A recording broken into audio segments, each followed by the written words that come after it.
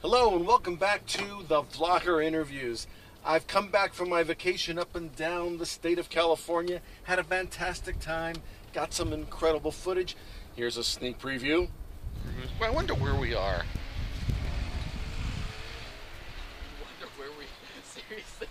Now today's interview is with Adam. He lives here in the LA vicinity, and a couple of years ago he discovered IJustine, and through IJustine he discovered vlogging. And after a little while, he decided to try it himself. So he's got a vlogging channel, a gaming channel, he does music videos, he does skits, there's all kinds of things. He's just really starting to get underway. And he also just went to his second VidCon, and, well, he calls it a life-changing experience.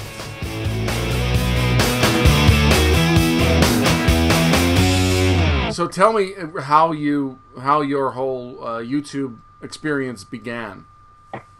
Well, I began when I first saw a IJustine video. I was watching a network called twit.tv, and I happened to see her video there, and I found out she was making vlogs or original content on YouTube, and I'm like, oh wow, there's actually people making videos for YouTube instead of just like cat videos and those random stuff. So then, like, I searched from her and ended up finding some other YouTubers, and it went down to there and other people. And so it's like, oh, wow, I like what they do. It's like they're showing their lives, they're making content. So it's like, I could do this. So then I just started first I have a gaming channel, so I started there because I'm into gaming. And then I don't know, I found out how to record and capture the games. Mm-hmm. Then I also wanted to do other stuff because I always like to do so many things, or just like trying different formats of stuff. So then I also made a vlogging skits channel, and now I'm kind of focusing more on that. So it's just crazy. From one person, I found out like there's all these things, and people are like themselves making this great content. So what was it? I mean, in terms of when you saw iJustine, what was it that clicked for you in terms of, I mean, you had never seen a vlog before that? I don't think so, no. Mm. So I don't know, it's just like her being herself and just her in her life. So it's like, I never thought about that besides maybe a reality show, but those didn't really interest me too much, so. Okay, explain for people who don't know what a gaming channel is, what you do on that channel. Well, on a gaming channel, it's usually you record or screen capture a game, either a console game, which you use a device, or I don't know, on the PC or Apple computers, use a screen capturing device. And you either do commentary, you could do reviews of games, previews. You basically could do anything. You just has your voice over the game audio and visual. So it's pretty fun. Some people just focus on that. So, how long have you been online doing this now? From my first channel, I would say December 1st, 2010. So that's when I made the account, but I didn't start making anything until a few months later. Now, let's lead now into your recent trip to VidCon. It was your first trip to VidCon, and you tweeted me. The reason we're talking is you said it was life-changing. So tell me what you meant by that. Well, it was actually my second. Oh, okay. But it was still like different from the first. It's life-changing. The first VidCon, I had actually just gone there, and I didn't know what to expect. So I was just going around, and I brought 2 people with me. And so it was just, we were there, and we found out there's all these people in this community that are either watch, make content, or do both. And it's like, you could technically just go up to someone and just start talking about what they do or who they watch. And it's like amazing. It's like a family in a way. You could just talk about the same thing. And then you went back this year, and it was a different experience. It was even more intense. Yeah, this one was more of hanging out with people, because you had, from like a year ago, you had found people, connect with people around your same level, or just I don't know, you make connections somehow, either through YouTube or Twitter. So it's just like, I hanged out with, you interviewed Andy before. I was around with him a lot this VidCon, and some other people. It's just you getting to know these people and these friends, these connections you have with them. It's insane. It's just off this one site. I mean, yeah. And what did you? I mean, we think we both experienced that big arena. I mean, with 8,000 people or nearly 8,000 people supposedly. But how did that make you feel being in, seeing this thousands and thousands of people that are doing what you're doing? Um, it felt like I don't know, like when everyone was singing at the same time, it was just like I would step back and look at it and was like, this is crazy. Everyone at the same time are singing about this song, and it's just like this interaction. It feels like it's like if we were singing Kumbaya at the same time. We were like around the campfire. We're just like, yeah, we're together somehow. I don't know. Do you have any feelings about where this is all going to go? It feels more like the top YouTubers are moving on to more bigger things.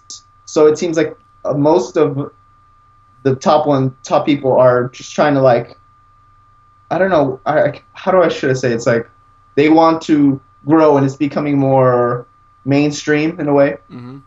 And it's kind of harder for smaller people, but it still can happen. You could still, like, get to that production level, which we're all trying to, like, we're getting up there.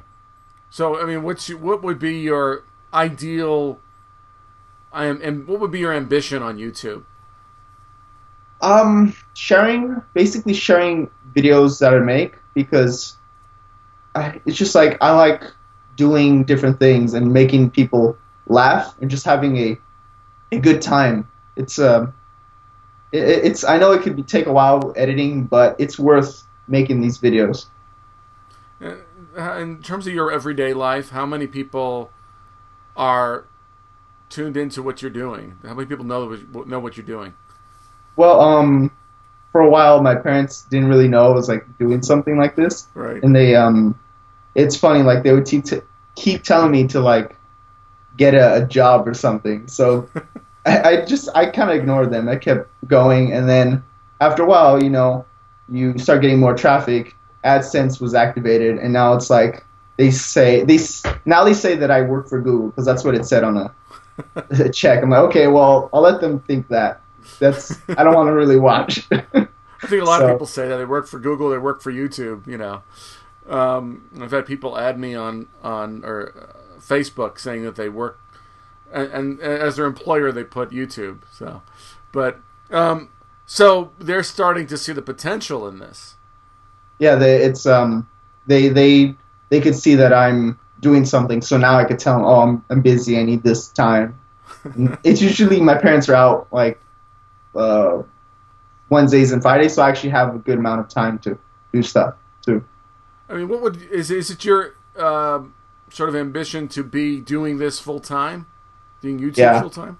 I would say this full time, and also probably helping people in, like, I don't know, productions, or helping them on YouTube make content. I don't know. I just have this feeling like I want to, if I could get it organized, make a YouTube network. That would be amazing, because I could help other people, and then we'd have this team that would do stuff like that.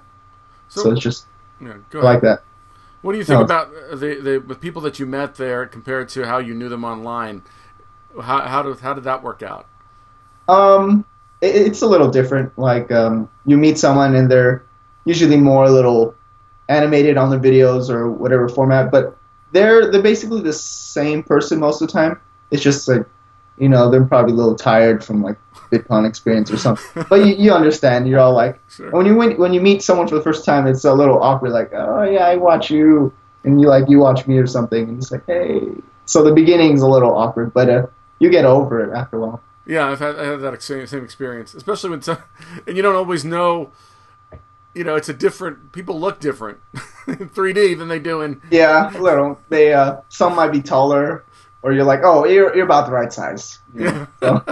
Who are your favorite YouTubers? Who are the people that most inspire you? Well, I would say there's this one girl named Cassandra. She's going into stunts, and her name is NerdZRL. So she's doing stunts for film, stuff like that. She's trying to get into that. So I love her stuff. And Catrific, she's a blogger. Nanalu and Mika Kitty are mostly music video. They make music videos, so I've been trying to do that too. So I like doing everything. So. So yeah, so basically you've been building this, and you're trying different things, and you're experimenting with a lot of different formats. Now, have you been starting to do collabs yet, or is? I've done a little bit with Andy, and you've interviewed Andy AV, and I've done some gaming collabs here or there with other YouTubers. I have something in the works with a group of people. I might make stuff for them. So, based on your experience so far, what would your advice be to someone starting out doing this? You have to have passion for creating or a certain subject, because there's different communities out there on YouTube I haven't even heard of yet. So you have to find your passion. You have to, of course, learn your editing and stuff, passion, editing, and you need to be consistent with what you're doing and find your niche, or just you can do basically whatever you want. So you just have that passion. That's basically the major thing. Thank you, Adam. Remember, you can find Adam at AdamUPNow. And if you want to follow me, hey, subscribe or follow me on Twitter at RickFlix, or do both. I'd be really happy with do both. Hey, what can I say? I will see you next time. Bye.